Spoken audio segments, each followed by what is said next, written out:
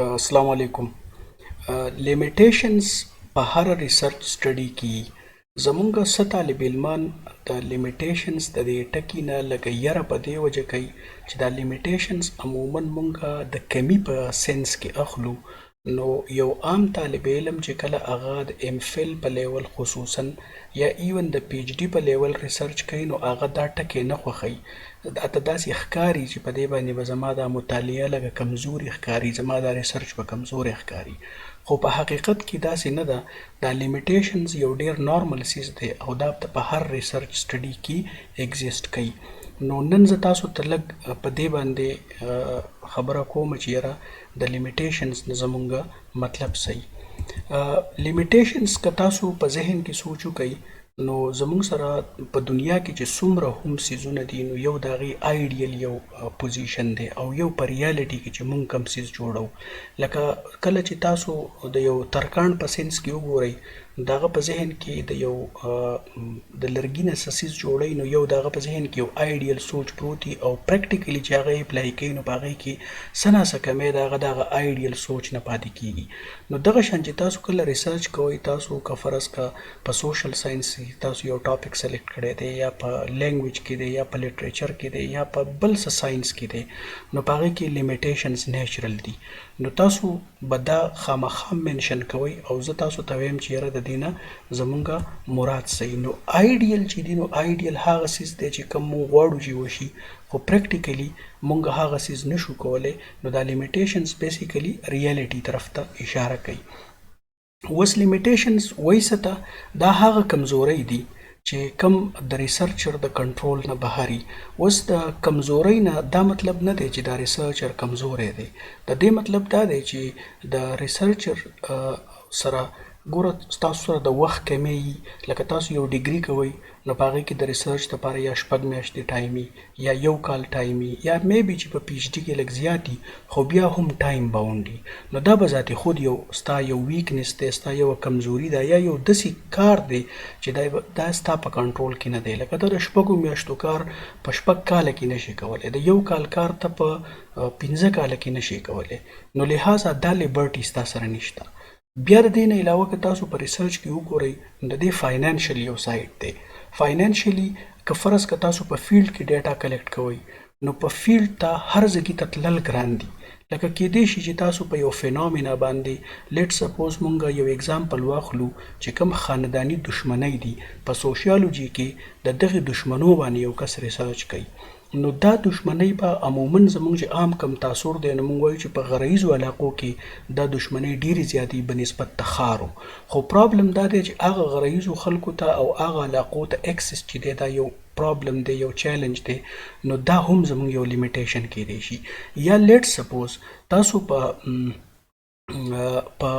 هغه خلک چې هغه د خودکشي اټمپټ وکړي په هغه خلکو ریسرچ کوي نو دغه خلک لوکیټ کول، آیډنټیفای کول، هغه ته اکسس او دا غوینه ډیټا کلیکټ کول دا په ذات خود یو چیلنج دی. داسې زموږ په معاشره کې ډیر داسې ایشوز شته چې په هغې کې زمونږ کلچر او زمونږ نور سیزونه راځي او د هغې د وجې نه مونږ هغې ته اکسس نشو کولی.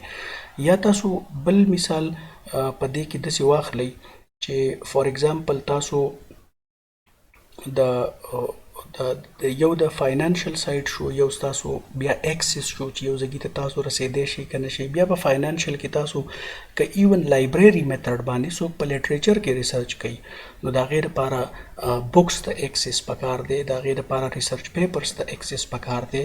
اوس فار ایگزامپل ته په یو داسې معاشره کې یا په یو داسې ایجوکیشنل انوایرمنټ کې چې هغلته ډیره ویل اکوپډ لایبرری نشته یا ریسرچ پیپرز ته اکسس نشته، عموما چې په نیټ باندې کم کوالټي پیپرز یا ریسرچ جرنلز نو عموما هغه سبسکرایب دي او په هغې کې به ته پیمنټ کې هغې ته اکسس مونږ ته مسله نو دا ټول پرابلمز ایگزیسټ کوي. نو چې دا ایگزیسټ کوي نو لیمیټیشنز به هم ایگزیسټ کوي. نو لحاظه تاسو به دا یو انتهایی نارمل فینومینا تصور کوئ او دا په هر ریسرچ کې اوس زه تاسو ته وایم چې لیمیټیشنز د خواوشا چې کوم کانسپټس دي نو د هغې نه دا څنګه مختلف دی. لکه څنګه چې تاسو ته ما ووایي چې لیمیټیشنز ستا د کنټرول نه بهر دي، ته په هغې کې بېوسې. یوازې دا نه چې ایکسټرنل فیکټرز دي، ایون انټرنل فیکټرز. لکه زه به تاسو ته یو بل اگزامپل درکم.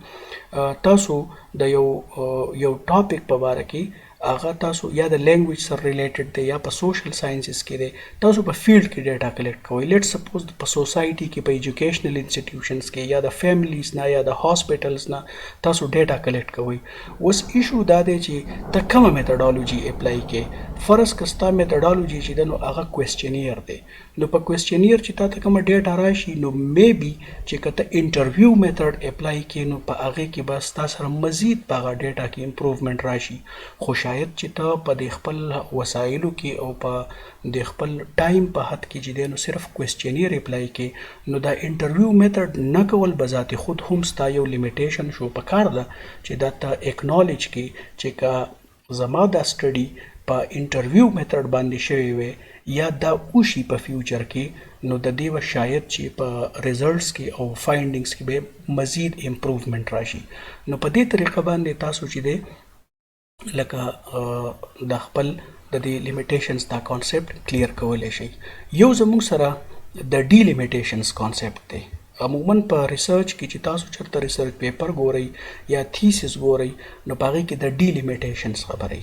د ډیلیمیټیشنز مقصد په اصل کې هغه باونډریز دي کوم چې تا ځان ته آیډنټیفای کړي چې زه به په دې کې دننه دا کار کوم، بهر به ترې نه وځم. نو ستا په اصل کې د ډیلیمیټیشنز نه بیا لیمیټیشنز جوړیږي. لکه فار ایگزامپل تاسو وایئ چې یاره زه به په ناول باندې ریسرچ کوم، نو تا خپل سټډي ناول ته ډیلیمیټ کړه، تا یو باونډري راښکله چې زه ډرامې ته نه وړم، زه پویټرۍ ته نه وړم، زه صرف په ناول کې کار کوم. بیا په ناول کې ته یو رایټر ته رالی، تا بیا یو ډیلیمیټ کو خپل سټډي ته ټامس هارډي ته رالی، او بیا په ټامس هارډي کې فار ایگزامپل تا یو ناول یا لکه ریټرن اف د نیټیو یا تاسو چې دی نو ټیس یو ناول دی، تاسو لیټ سپوز په دې کې یو ناول سلیکټ کو، نو تاسو بیا خپله باونډري ډیلیمیټ کړه. نو ډیلیمیټیشنز په ریسرچ کې هغه باونډریز ته وایي چې ته کوم یو لاین ډرا کړي چې د دې نه به زه بهر ته نه وځم. لکه د بهر ته د نه وتو مطلب ستا دا وي چې که فرض که څوک زما دا ریسرچ سټډي د دې باونډري نه بهر که سټډي کوي یا د دا اپروچ د دې نه د باونډري نه بهر وځي، نو شاید چې هغه به بیا ډساپوینټ کېږي. ریډر ته ته مخکې نه ووایې چې که زما دا تھیسز یا زما ریسرچ ته ګوري نو دا به ته په دې باونډریز کې او په دې کانټیکسټ کې به دا ته ګوري، نو ته به پرې هله پوهېږي. نو امید دی چې د دې ډیلیمیټیشنز او د لیمیټیشنز په حواله سره به ستاسو دا کانسپټ کلیر شوی. بیا چې هر کله مونږ ریسرچ کوو نو زمونږ څه ایزمپشنز دي. ایزمپشنز هغه سوچ ته وایي، هغه تصور ته وایي، هغه خیال ته وایي چې ستا ګمان دا دی چې یاره دا صحیح دی، یا مطلب دا دی چې کوم ستا ریډرز دي هغوی ته د دې خبرو د مخکې نه پته ده. لکه فار ایگزامپل ته په انګلیش لټریچر باندې بحث کې او ته ناول ته ځې نو په هغې کې ته په خپل کانټیکسټ کې ځینې خبرې داسې دي چې یو ټیک دیم فار ګرانټډ چې یاره دا خبره به دوی ته پته وي. نو یو د لیمیټیشنز دا کانسپټ په دې باندې ستاسو کلیریټي پکار ده، بل په ډیلیمیټیشنز باندې او په ایزمپشنز باندې. دا ډېر زیات امپورټنټ دي. اوس که فرض که مونږ یو سټیپ فردر لاړ شو نو هر کله چې مونږ ریسرچ کوو نو د لیمیټیشنز دا کانسپټ ته زه واپس راځم. په لیمیټیشنز کې دا لکه اوس فار ایگزامپل تاسو کوېسچنیر فیل کوئ د سټوډنټانو نه، او په کوېسچنیر کې ستاسو ګورئ چې یاره تاسو د ملکن یونیورسټۍ یا د پېښور یونیورسټۍ یا د عبدالولي خان یا هره یونیورسټۍ چې ده د هغې کې په هره یونیورسټۍ کې لایبرري شته.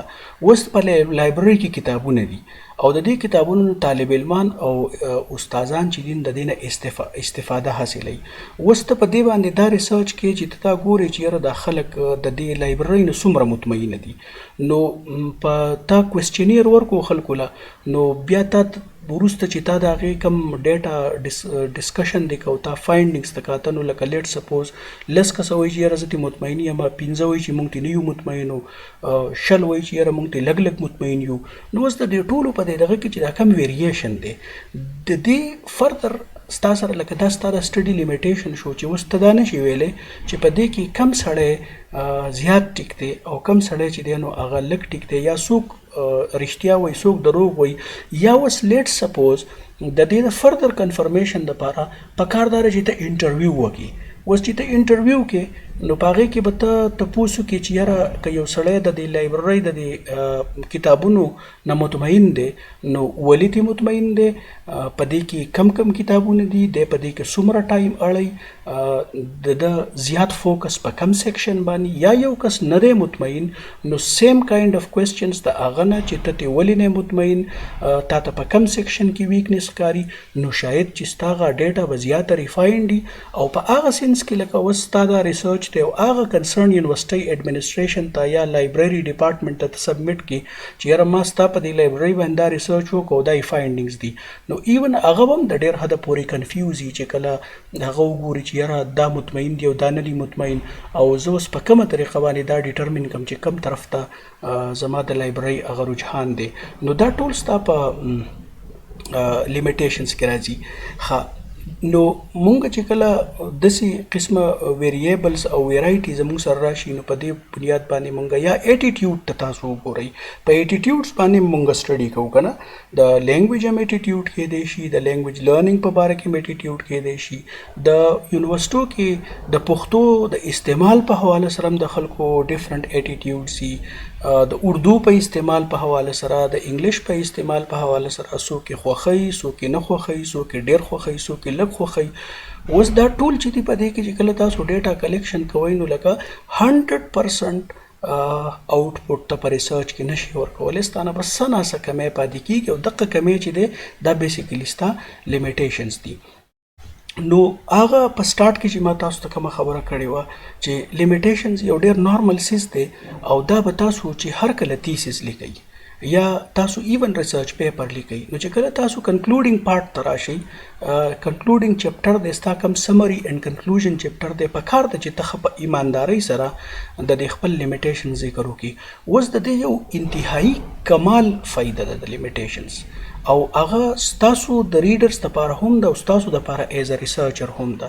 تاسو چې چېرته هم د چا سره کښېنئ، د خپل ټیچر سره کښېنئ چې کوم ریسرچرز وي او تاسو ورته ووایئ چې یاره زه د ریسرچ دپاره ټاپک سلیکټ کوم، نو عموما هغه به تا ته وایي چې ته ریډینګ کوه او ته چې کله ریسرچ پیپر ګورې یا چېرته د چا ریسرچ ورک ګورې نو په هغې کې ته کوشش وکړه چې د هغه لیمیټیشنز آیډنټیفای کړي او چې د هغه لیمیټیشنز آیډنټیفای کړي نو دقه ځای په اصل کې ګیپ دی.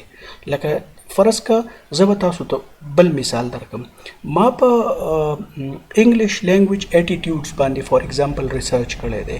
زه ګورم چې یاره انګلیش ژبې ته خلک په کم نظر ګوري. اوس ما دا پروسس چې دی نو ما په کوېسچنیر باندې کړی دی او په کوېسچنیر باندې ما ډیټا کلیکټ کړي ده او زما فایندنګز راغلي دي، خو ما انټرویو نه ده کړې. نو زه چې کله خپل کنکلوژن لیکم او لیمیټیشنز ډرا کوم نو په کار ده چې زه په ایماندارۍ باندې دا ووایم چې چونکې ما دا سټډي صرف په کوېسچنیر باندې بیسډ ده، نو که په فیوچر کې په هم د سیم ټاپک باندې څوک په انټرویو میتھډ باندې، انټرویو میتھډ ته بیا موږ ډایرکټ میتھډ هم وایو چې په دې ډایرکټ میتھډ باندې هغه فرض که دغه وکړي دا ریسرچ، نو شاید چې دا به زیات فروټفولي او زیات کمپریهنسیو وي او زیات ریپرزنټیټیو وي.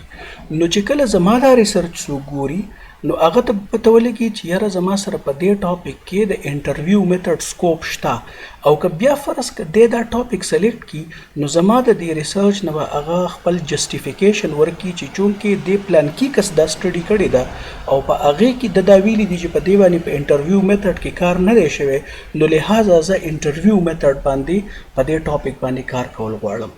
نو لیمیټیشنز یوازې دا نه چې ستا لپاره امپورټنټ دي، لکه یو خو به ستا ریډر ته پته ولګي چې په کم کم ځګي کې ستا نه کمی پاتې شوی دی. ښه یو بل امپورټنټ خبره او دا درته لاست خبره کوم، کله چې موږ د لیمیټیشنز خبره کوو نو لیمیټیشنز به تاسو صرف د انټرویو د کوېسچنیر په سینس کې نه وړئ. ګوره ستاسو چې تھیسس شروع شي، تاسو چې ریسرچ آبجیکټیوز کله آیډنټیفای کوئ یا ریسرچ کوېسچنز، ایون په هغې کې هم یو نقطه داسې کیدی شي چې ته غواړې چې دا په دې کې شامل وه، خو ستا هغه حالات او ستا واقعیات، ستا وسایل، ستا وخت تاله دا اجازه نه درکوي چې ته پکې هغه انګل کور کړي. نو پکار ده چې ته د objectives هغه limitation هم نوٹ کړي او هغه ته خپل ریډر ته ووایي چې یاره زما په objective کې دا limitation دی. بیا په میتھډالوجي کې خو ما تاسو ته د کوېسچنیر او د انټرویو وغیره اگزامپل درکو. ایون په سامپلینګ کې هم تاسو لیمیټیشنز کېدی چې یو کس ته هغه وایي چې یاره زما دا سامپل سایز ما دونه ډیټرمن کړی وو، خو شاید چې که فرض که په دې کې انکریز راشي یا په دې کې ویرایټي، لکه لیټ سپوز ما تاسو ته وایي چې ما په لینګویج اټیټیوډز باندې ریسرچ کړی دی. ما فار ایگزامپل په خپل سټډي کې د فیمیل نه بالکل تپوس نه دی کړی، نو زه په خپل لیمیټیشنز کې دا ویلی شم چې زما دا سټډي چونکې د اټیټیوډز په باره کې ده، خو دا جنډر ریپرزنټیټیو نه ده. لکه په دې کې ما صرف د میل ممبرز نه فوکس کړی دی. د هغې به زما سره خپل جسټیفیکیشن کېدی شي دای چې زما فیمیل سټوډنټس ته اکسس نه و، یا فیمیل سټوډنټ چې په کوم ځای کې زه وم نو هلته د هغې نمبر زیات نه و، یا ویلینګ نه و، یا وټ ایور د هغې هر څه ریزن چې دی. خو که فرض که زه خپل ریډر ته دا ووایم نو هغه بیا دا جنډر انکلوسیو کولی شي د خپل سټډي او هغه پکې فیمیل هم انکلوډ کولی شي. نو دا د دې لیمیټیشنز یو ډیره زبردسته فایده هم ده. نو امید لرم چې تاسو به په لیمیټیشنز پوه شوي یئ او پکار ده چې دا د کنکلوډینګ پارټ اف یور ریسرچ چې دی نو دا د هغې یو لازمي جز وي. شکریه.